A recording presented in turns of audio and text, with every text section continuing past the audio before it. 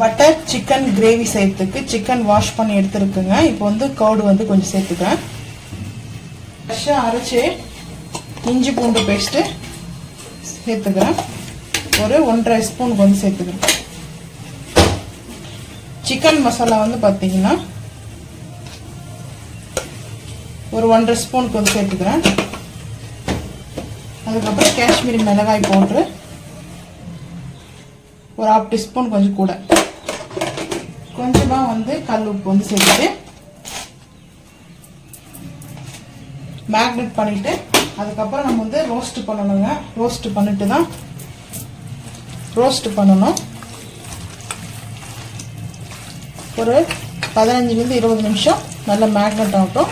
மேக்னேட் ஆனதுக்கப்புறம் இந்த சிக்கன் எல்லாம் நம்ம பட்டரில் பொரிச்சு எடுத்துட்டு கிரேவி செய்யலாம்.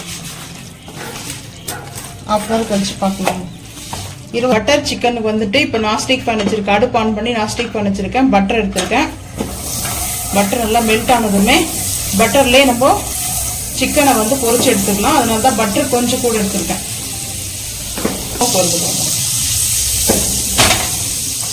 சிக்கனை வந்து இப்படியே பொரிச்சிக்கலாம்.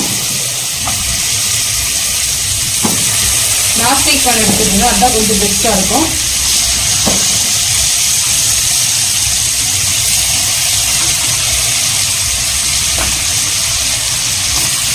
ரொம்ப கிரேவி லூஸாக இல்லாமல் திக்காக மசாலா கிரேவி மாதிரி தான் நான் வந்து எடுத்து போகிறேன். பட்டரை சேர்க்குறேன். எடுத்துகிட்டு அப்படியே வந்து பார்த்தீங்கன்னா இப்படி திருப்பிக்கலாம். ஃப்ரண்ட்டு பேக்கன்னு சைடு எக்ஸ்ட்ராலாம் வந்து பார்த்தீங்கன்னா நல்லா குக் ஆகணும். ஸோ அதுக்கப்புறம் கிரேவிலையும் நல்லா குக் ஆகுங்க.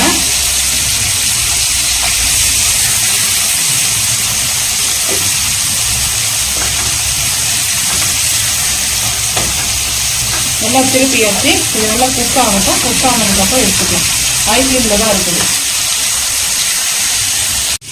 பட்டர் சிக்கன் கிரேவிக்கு வந்துட்டு சிக்கன் பொரிச்சிட்டு இருக்கோம்.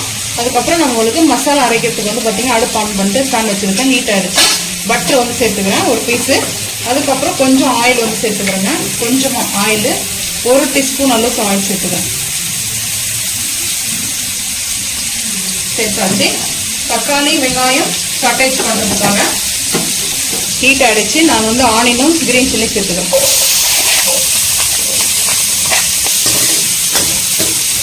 ஹை ஃப்ளேம் பண்ணிக்கிறேன். ஹை ஃப்ளேம் பண்ணிவிட்டு கொஞ்சமாக வந்து கல் உப்பு சேர்த்துக்கிறேன். கொஞ்சமாக வேணும்னா அதுக்கப்புறம் கிரேவி வந்து சேர்த்துக்கலாம். இப்போது அப்படியே சிக்கன் வந்து பார்க்கலாம் வாங்க. இந்த போல் நம்மளுக்கு பொரிஞ்சிட்டு இருக்குது. இன்னும் கொஞ்ச நேரம் குக் ஆகிட்டு எடுக்கணும்.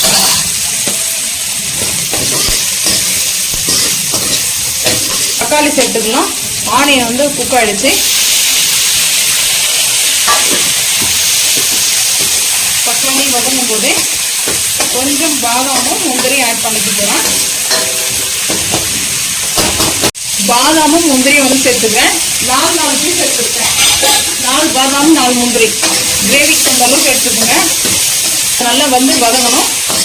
வதங்கினதுக்கப்புறம் பார்க்கலாம் வாங்க. நல்லா பொரிச்சு எடுத்தாச்சுங்க. இங்கே வந்துட்டு பார்த்தீங்கன்னா தக்காளி வெங்காயமும் நல்லா வதங்கிடுச்சு. அடுப்பு வந்து ஆஃப் பண்ணிட்டேன். ஆற வச்சுட்டு இது வந்து அரைச்சிட்டு வந்துட்டு பார்க்கலாம் வாங்க. பொரிச்சு எடுத்து தனியாக எடுத்து வச்சுட்டு அதுக்கப்புறம் கிரேவி செய்து பார்க்கலாம் வாங்க. அரைச்சி எடுத்துகிட்டு வந்துட்டோம். இப்போ அடுப்பு ஆன் பண்ணிட்டு திரும்ப நான் இந்த வதக்கணும் இல்லையா, இதிலே வந்துட்டு பட்டர் சேர்த்துட்டு போகிறேங்க. ஸோ முழுக்க இது வந்து பட்டர் தாங்க.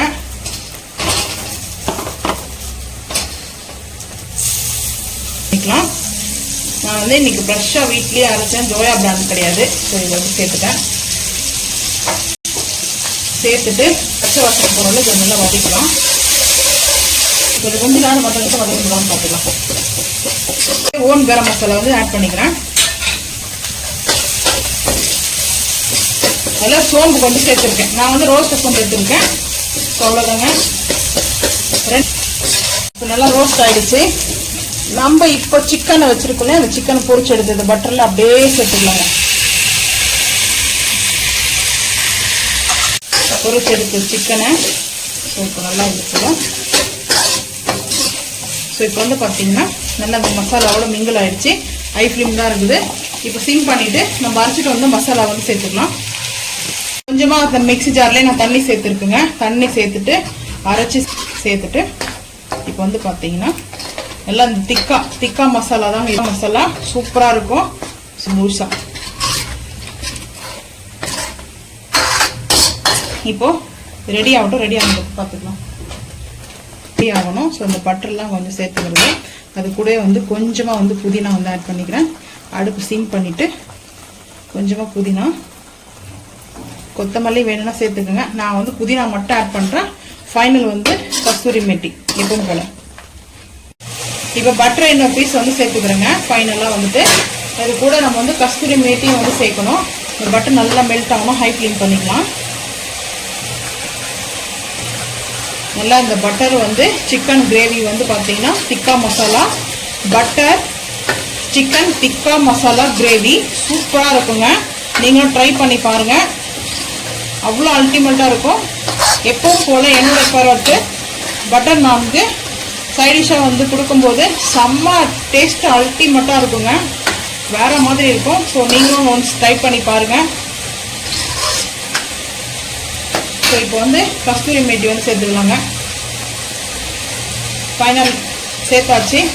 சேர்த்துட்டு நம்ம வந்து பார்த்தீங்கன்னா அவ்வளோ அல்டிமேட்டாக நம்ம ரெஸ்டாரண்ட்டில் போய்ட்டு சாப்பிட்டா கூட இருக்காது இந்த டேஸ்ட்டு. அவ்வளோ சூப்பராக இருக்குங்க. யாருக்கெல்லாம் இது போல் ரொம்ப பிடிக்கும்ன்றதை மறக்காமல் வந்து கமெண்ட் பண்ணுங்கள். ஸோ அவ்வளோதாங்க ஃபைனல் நம்ம செஞ்சு முடிச்சிட்டோம். வேணும்னா நீங்கள் கருவேப்பிலை கொத்தமல்லி ஆட் பண்ணிக்கோங்க. நான் வந்து ஆட் பண்ணல, ஆட் பண்ணலை. ஸோ இந்த டிஷ்ஷை வந்து இப்படி செஞ்சு பாருங்கள். சூப்பராக இருக்குங்க. ஸோ உங்களுக்கு இந்த வீடியோ பிடிச்சிருந்துச்சுன்னா மறக்காமல் அடுப்பு ஆஃப் பண்ண போகிறேங்க. இந்த வீடியோ பிடிச்சா லைக் பண்ணுங்கள், ஷேர் பண்ணுங்கள், சப்ஸ்கிரைப் பண்ணுங்கள், பெல் ஐக்கான் வந்து கிளிக் பண்ணுங்கள், மறக்காமல் ஃபாலோ பண்ணுங்கள். அப்போ தான் நம்ம போகிற வீடியோ உங்கள் நோட்டிஃபிகேஷன் வரும். தேங்க்யூ.